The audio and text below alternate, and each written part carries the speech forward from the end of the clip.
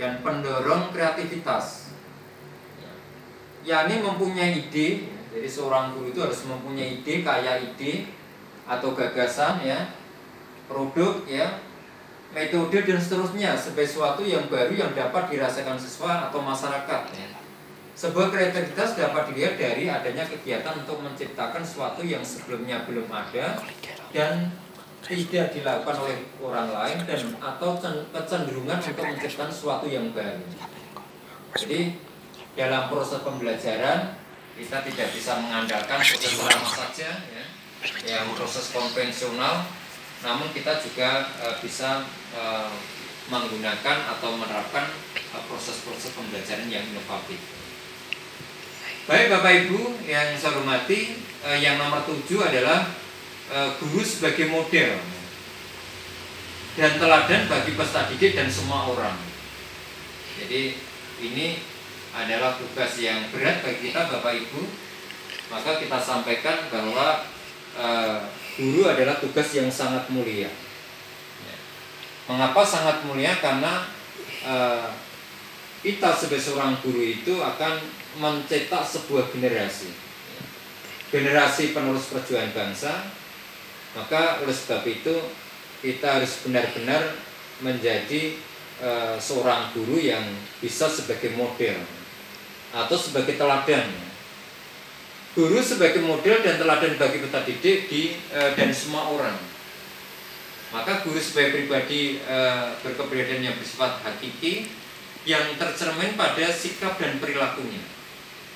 Maka kita bisa melihat model atau guru sebagai uswah itu bisa kita lihat dari sikapnya, dari perbuatannya, dari perilakunya, bagaimana dalam bertindak ya, bagaimana dalam berperilaku dalam melayani daripada siswanya ya.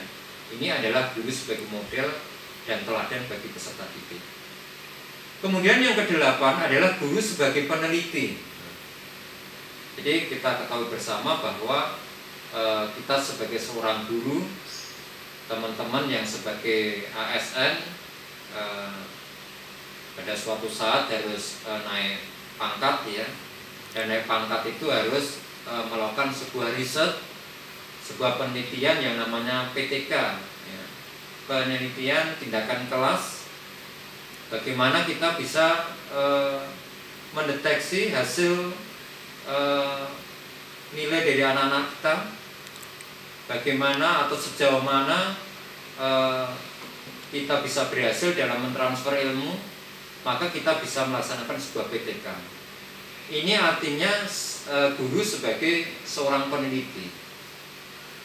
Maka kita bisa melihat menggunakan metode pembelajaran tertentu apakah berakibat bagus terhadap nilai yang diperoleh anak-anak kita.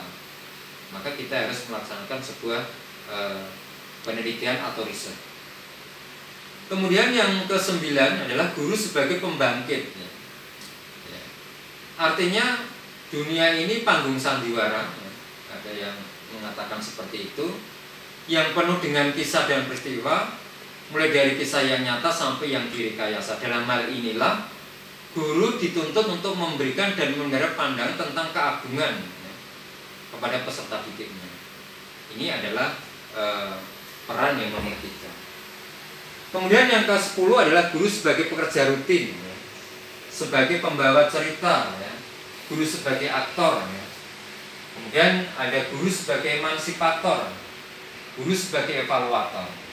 Jadi peran yang nomor 14 ini adalah guru sebagai evaluator.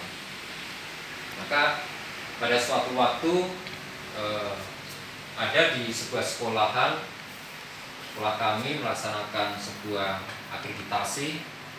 Asesor menanyakan dan meminta sebuah produk dari hasil asesmen dari guru yang berupa portofolio. Maka di sana asesor menanyakan kepada anak tentang nilai yang diperoleh. Ternyata dalam produk itu dinilai oleh gurunya bernilai 85.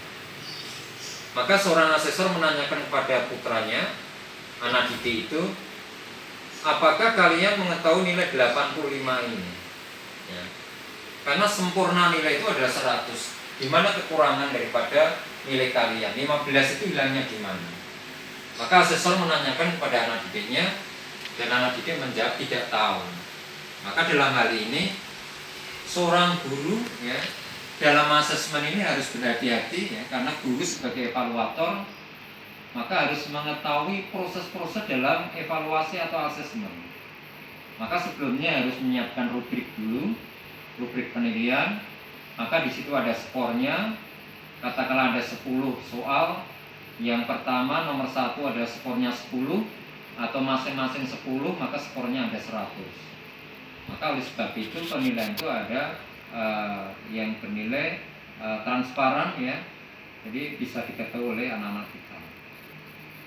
Evaluasi atau penilaian ya merupakan aspek pembelajaran yang paling kompleks ya.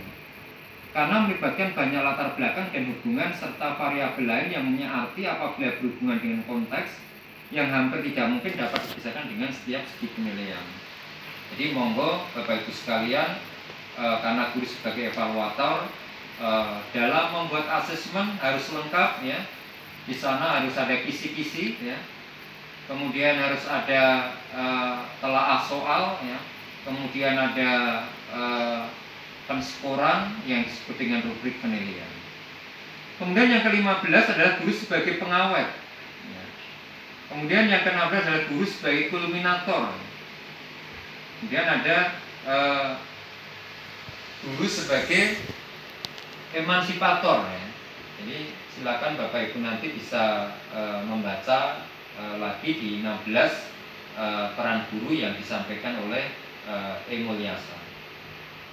Baik Bapak Ibu yang saya hormati, tadi sudah disampaikan yang pertama adalah peran pemerintah, kemudian yang kedua adalah peran guru, dan yang terakhir adalah peran orang tua dalam kegiatan belajar mengajar. Bapak Ibu yang saya hormati, ya, jadi tadi sudah kita sampaikan bahwa ketiga stakeholder ini harus bersinergi, tidak bisa melaksanakan tugasnya secara sendiri-sendiri, harus terjadi komunikasi secara intens. Maka oleh sebab itu, entah karena peran teknologi yang semakin maju atau tingkat pendidikan orang tua zaman sekarang yang lebih tinggi, faktanya orang tua zaman sekarang semakin menyadari pentingnya peran mereka dalam mendidik anak. Maka dalam PJJ pembelajaran jarak jauh ini sangat dirasakan bahwa peran orang tua ini sangatlah dibutuhkan Bapak Ibu ya. Jadi mungkin seminar ini juga disaksikan oleh orang tua wali murid ya. Maka peran orang tua inilah sangat penting ya dalam mendampingi proses pembelajaran yang masih daring ini, masih dalam masa pandemi ini ya. Maka Bapak Ibu yang ada di rumah bisa melakukan pendampingan, melakukan kontrol ya. Apalagi yang anak-anak masih usia SD harus bisa didampingi secara seksama ya. Ya, bagaimana tugas dari Bapak Ibu guru harus mengupload ya, kemudian harus mengirimkan tugas dan harus berbatas waktu dan sebagainya. Maka peran daripada orang tua ini adalah sangat dibutuhkan. Sejumlah upaya ya yang dilakukan orang tua untuk mendukung pendidikan anak-anaknya, misalnya dengan menciptakan lingkungan belajar yang kondusif di rumah ya. Jadi diyakinkan bahwa proses kegiatan belajar yang ada di rumah ini bisa dilakukan secara baik ya, dikondisikan dengan baik ya.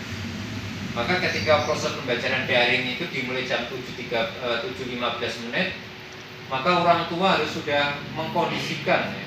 Apalagi di level-level pendidikan yang masih rendah di SD, kemudian di SMP, harus memberikan ruang dan waktu yang cukup ya kepada kepada putra-putrinya. Penerapan waktu khusus belajar bagi anak dan melakukan pendampingan saat belajar. Bahkan tidak sedikit pula orang tua yang mengalokasikan anggaran khusus untuk les tambahan. Jadi di samping pengawasan pendampingan di rumah, ternyata masih ada Bapak Ibu orang tua yang juga mengalokasikan dana ya, untuk agar anak bisa di-drill ya, baik materi, soal-soal, yaitu dalam mengikuti les tambahan atau bimbingan belajar yang ada di sekitar kita. Maka diharapkan bisa